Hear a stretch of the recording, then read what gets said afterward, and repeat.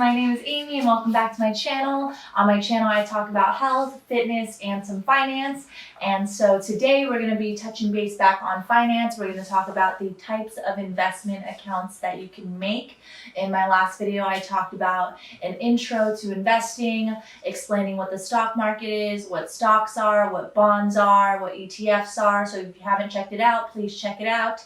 Today we're going to talk a little bit more about the types of accounts that you can use to invest. Alright guys, so let's get started. The first type of investment account that I'm going to be talking about today is a retirement investing account. And that's the one that most people are familiar with. It's called the 401k.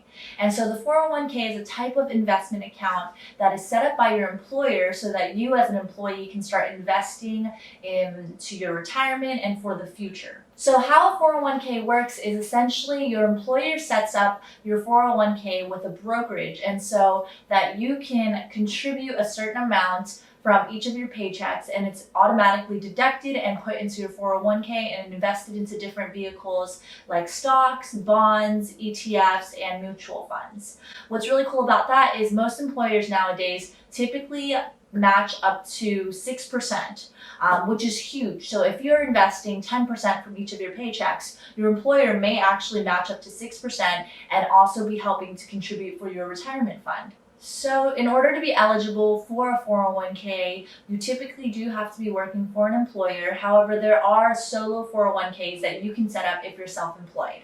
So now we're going to talk a little bit more about the pros and the cons of a 401k, and what benefits there are to setting one up or just having one with your employer. So the first pro is the fact that it's tax deductible, which is huge. And people throw around the word tax deductible a lot and don't really understand what it means. And so what it essentially means is if you were to invest $10,000 and have it deducted from your paycheck and put into your 401k, that's going to be deducted from your overall income at the end of the year, which you are taxed for. So let's say you invested $10,000 into your 401k over the course of a year, and your income is $100,000. So you would take that $100,000, subtract the $10,000 that you've invested in your 401k, and you'll have $90,000 left, which is the amount that you're actually going to be taxed on. So what's really cool is you're going to be taxed on a smaller amount, and that money that you've invested will continue to grow over time. So you are saving a lot of money, and that is a really great tax benefit. The second benefit is the fact that your employers may match you. And so if your employer matches you, that's just another resource for you to continue building on your retirement fund and building wealth over time. In terms of some cons for the 401k, so like I said, it is a retirement account, which means typically there are penalties if you're looking to withdraw the money early. The incentive is for you to keep the money in there, allow it to grow, and then take it out when you're retired. The other con is that there is a contribution limit. The contribution limit is $19,500. Not everyone necessarily meets the contribution limits, but that is something to be aware of. Awesome. So next, I just want to differentiate the difference between a Roth and traditional 401k or Roth and traditional IRA, which is what I'm going to be talking about next. So in terms of your 401k, some of your actual employers will offer you the option to either do a Roth 401k or a traditional 401k. The only difference is when you're paying your taxes. So if you choose to do a Roth 401k, you're essentially going to pay your taxes up front, and when it's deducted from your paycheck, it's already been taxed at the percentage of however much your state or federal taxes are for your income bracket at this time.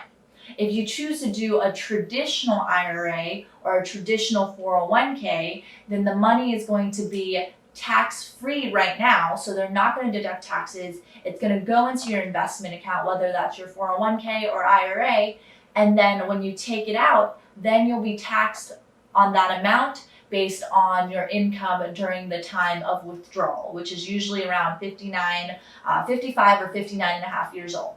So I just want to clarify that there is a Roth and a traditional 401k, as well as a Roth and a traditional IRA. Awesome, so that brings me to our next type of investment account. It's another retirement investment account known as the IRA. And so the IRA is essentially an individual retirement account in which you can invest money and contribute money on your own and invest into the same vehicles such as stocks, bonds, ETFs, CDs in order to build wealth for your retirement. So as I mentioned earlier, there is a difference between a Roth and a traditional IRA, and I don't want to overwhelm you. It's the only difference for the Roth is that you are paying the taxes up front.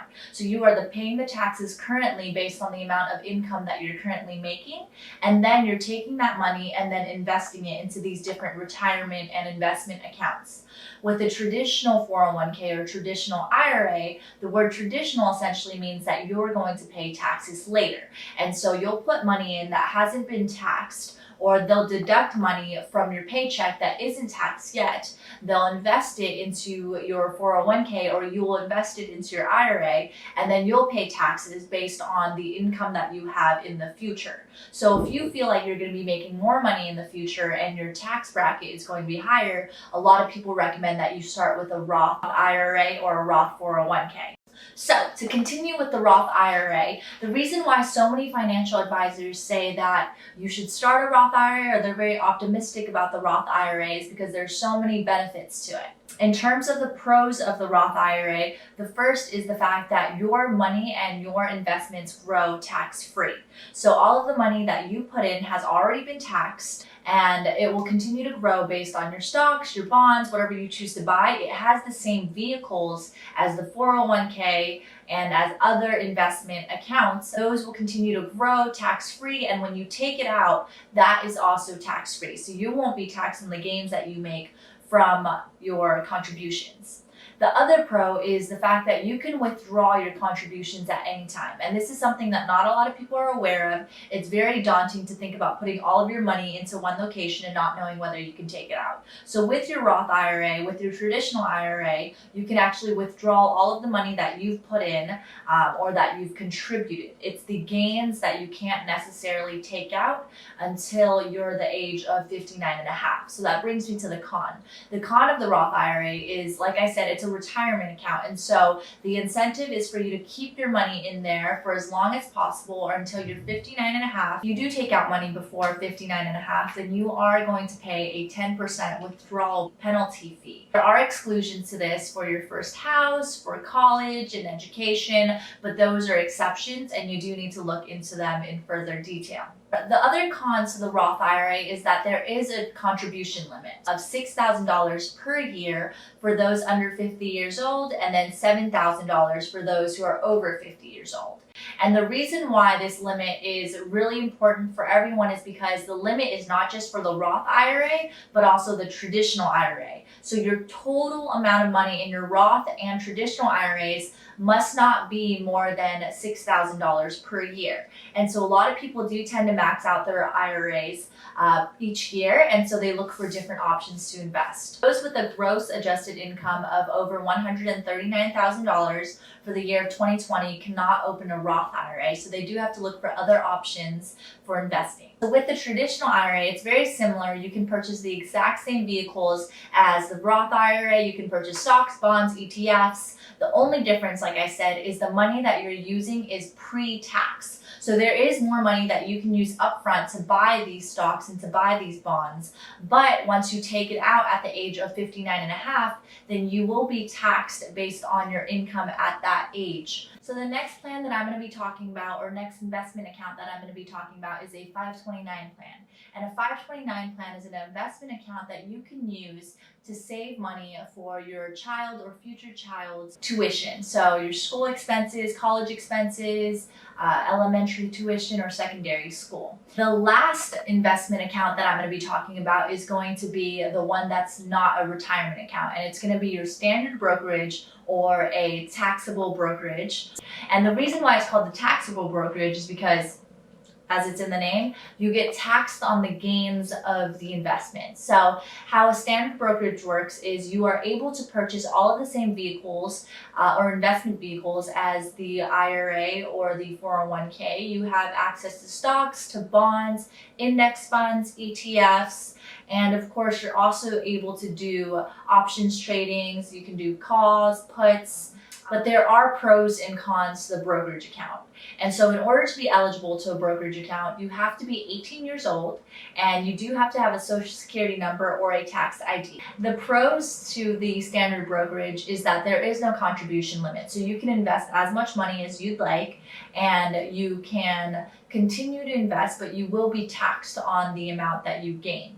The other pro is the fact that you can withdraw money at any point. So you can withdraw all of your contributions and you can sell and take all of that money without penalty. In terms of the cons for the brokerage account, it doesn't grow tax-free and it is not tax deductible. So you do have to pay taxes on the growth. So if you invested, say, $10,000 and now your account at the end of the year was $11,000, you've gained $1,000 in your investment account or your brokerage account.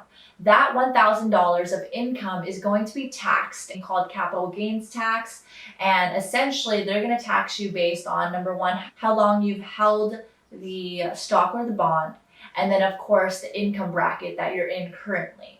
So those are your 4 types of investment accounts. The number one being the 401k. The second one being the IRA. Number 3, the 529 plan, which is investing for tuition and saving for tuition.